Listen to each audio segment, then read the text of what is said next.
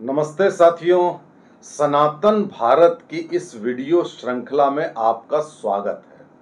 मैंने पिछले वीडियो में आपसे चर्चा की थी कि हम मंदिर तो जाते हैं लेकिन हम हिंदू धर्म को नहीं जानते और ना हम खुद जानते हैं, ना हम युवाओं को और आने वाली पीढ़ियों को बता पाते हैं, जिसके कारण हिंदू धर्म में एकता नहीं होती और हम युगों युगों से सफर कर रहे हैं।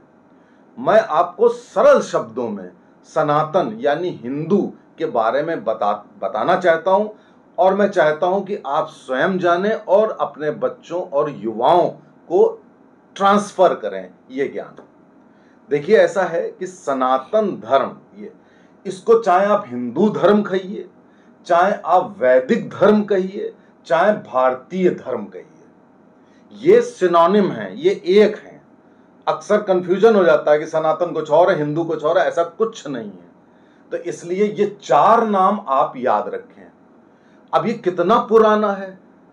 देखिए, 10,000 साल से तो ये बिल्कुल बाकायदा प्रैक्टिस हो रहा है, लेकिन सनातन धर्म यानी हिंदू धर्म इस विश्व में सबसे पुराना और पहला धर्म है। ये धर्म रिलीजन नहीं है। रिलीजन दूसरी चीज होती है, रिलीजन एक पंथ होता है। कोडिफाइड रिलीजन एक दूसरी चीज होती है कि ये हमारे प्रणेता हैं या पैगंबर हैं या जीसस हैं या कुछ भी हैं और उसके बाद ये हमें करना है और ऐसा नहीं किया तो ये दंड वो दंड, ऐसा नहीं होता है। हिंदू या सनातन धर्म एक पूर्णतया लिबरल और ज्ञान आधारित धर्म है और इसको जानना इसलिए आवश्यक है क्योंकि ये हमारी संस्कृति भारतीयता से जुड़ा हुआ है। अब आप देखिए, शाश्वत शब्द मैंने इस्तेमाल किया है। सनातन का मतलब होता है शाश्वत। शाश्वत का मतलब होता है जिसका न आदि है न अंत है। आज आप बता नहीं सकते कि सनातन धर्म या हिंदू धर्म शुरू किसने किया, कब हुआ।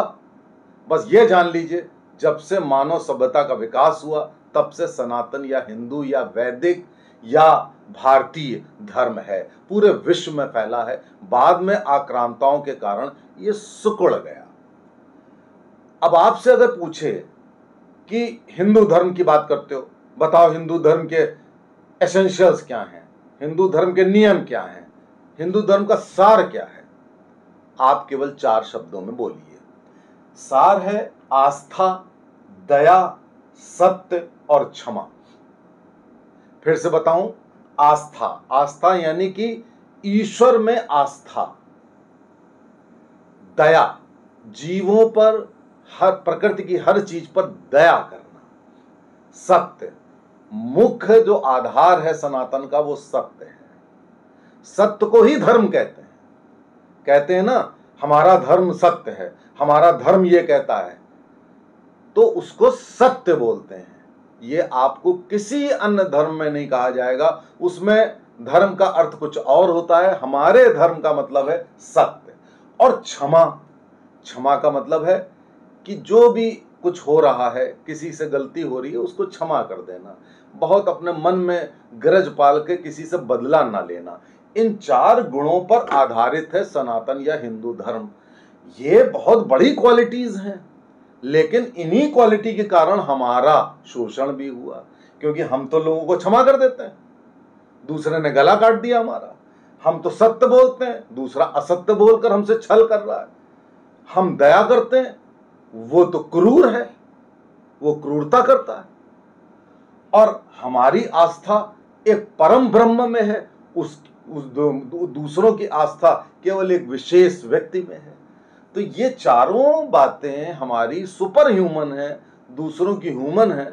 जाहिर है कि हमारा शोषण और हमारे धर्म की हानि युगों युगों से होती जा रही है, लेकिन मैंने कहा कि ये शाश्वत है, ये हमेशा रहेगा। 2 और चीजें हिंदू धर्म की एक्सक्लूसिव हैं, मोक्ष और पुनर्जन्म। अब मोक्ष की बात होती है तो बड़े बड़े आपको टेक्स्ट मिलेंगे, लोग संस्कृत भाषा में बोल करके उसको इतना क्लिष्ट कर देते हैं, इतना डिफिकल्ट कर देते हैं कि कोई आदमी कहता छोड़ो यार, ये तो केवल पंडित जी जाने, आध्यात्मिक गुरु जाने ना। आप जानिए मोक्ष क्या है। मोक्ष का अर्थ है जब आपके अंदर पूर्ण चेतना जागृत हो जाए। पूर्ण चेतना का मतलब होता है कि आपको यह आभास हो जाए कि आप कौन हैं, क्यों आए हैं, ईश्वर के दूत हैं, क्या करना है, हमारे आगे पीछे दाएं बाएं क्या है। जब ये सारी चेतना जागृत होके आप एक संतुष्ट पूर्ण प्राणी हो जाए, उसे मोक्ष कहते हैं। और पुनर्जन्म ये भी हिंदू धर्म में है कि जो व्यक्ति जब मरता है तो आत्मा अमर है। आत्मा का मतलब है कि शरीर के अंदर एक तो बाह्य शरीर है, एक उसके अंदर एक आत्मा है। आत्मा के कारण आप बोल रहे हैं, आप एक्सप्रेशन दे रहे हैं, तो वो आत्मा निकल जाती है शरीर से और वो फिर दूसरा शरीर धारण कर लेती है, उसको पुनर्जन्म कहते हैं। तो ये कहा जाता है कि यदि मोक्ष आपको मिल गया, यानी कि चेतना जागृत हो गई, आप एक कंप्लीट मानव हो गए, तो पुनर्जन्म वहीं पर समाप्त हो जाता है। यानी कि आपका मानव जीवन साकार हो गया, अब आपका पुनर्जन्म नहीं होगा। पुनर्जन्म इसलिए होता है क्योंकि बार बार वो आत्मा इस संसार में आकर आपको चाहती है कि आप जाग कर जागृत हो जाएं, चेतनाशील प्राणी हो जाएं। ये हमारा एसेंस है हिंदू धर्म का। अब हमारे शास्त्र में यह कहा जाता है कि कैसे ईश्वर को पाओगे अगर आस्था है, कैसे हर चीज पाओगे, कैसे मोक्ष लोगे, तो उसके 3 मार्ग हैं, भक्ति मार्ग, ज्ञान मार्ग, कर्म मार्ग। भक्ति मार्ग का मतलब है कि हम ईश्वर की भक्ति करें, भक्ति करते करते अंदर से चेतना जागृत कर लें, अपने अंदर प्रवाहित हो जाए। ज्ञान मार्ग का मतलब है कि हम बाहरी ज्ञान ले करके अंदर का ज्ञान से उसको प्रज्वलित कर दें। कर्म मार्ग का मतलब है कि हम कर्म करें, हम इतने कर्म करें जिससे हमारी चेतना जागृत हो जाए और हम ईश्वर को पा सकें। तो ये तीनों मार्ग रेलिवेंट हैं। चाहे आप भक्ति करें, भक्ति नहीं करते ज्ञान अर्जित करिए, ज्ञान अर्जित नहीं करते कर्म करिए। तो ये 3 हमारे मार्ग हैं और हम बहुईश्वरीय हैं, पॉलीइथिस्टिक। चाहे शिव हो, विष्णु हो, अग्नि हो, शक्ति हो, गणेश हो, इस तरीके से 5-6, या राम हो या कृष्ण हो, ये तो अवतार में है। तो चाहे कोई भी, या दुर्गा हो, सरस्वती हो, काली हो, तो हमारे धर्म में पॉलीएथिस्टिक, हम किसी भी भगवान को माने, ये आज्ञा है। क्योंकि अंत में हम ब्रह्म के पास जाते हैं। ब्रह्म का मतलब जानते हैं क्या होता है? ब्रह्म का मतलब होता है कि ब्रह्म, गॉड पार्टिकल, हमारे चारों तरफ ब्रह्म है। इस समय भी चारों तरफ ब्रह्म है। ब्रह्म ये देखते हैं, ब्रह्म यानी गॉड पार्टिकल ये देखते हैं कि ये व्यक्ति चेतनाशील हुआ है और ये हमारा दूत बन सकता है। तो ब्रह्म प्रवेश कर जाता है आपके शरीर में और प्रवेश करके किसी भी व्यक्ति को भगवान बनाता है। भगवान का मतलब है कि वो मानव जन्म लेगा, उसके अंदर ब्रह्म प्रवेश कर जाएगा तो वो भगवान हो जाएगा। और अगर ब्रह्म है तो ये कह दिया जाएगा कि ये तो ब्रह्म है, ईश्वरीय है। और इन दोनों के बीच में भी ब्रह्मा विष्णु महेश होते हैं, ना जिन्होंने कभी जन्म लिया ना कभी उनकी मृत्यु हुई। तो ये एक अल्टीमेट फिलॉसफी है हिंदू रिलीजन, सनातन धर्म की। इस फिलॉसफी को अगर आपने नहीं समझा तो मात्र मंदिर जाके मनोकामना मांगने से बात नहीं बनेगी।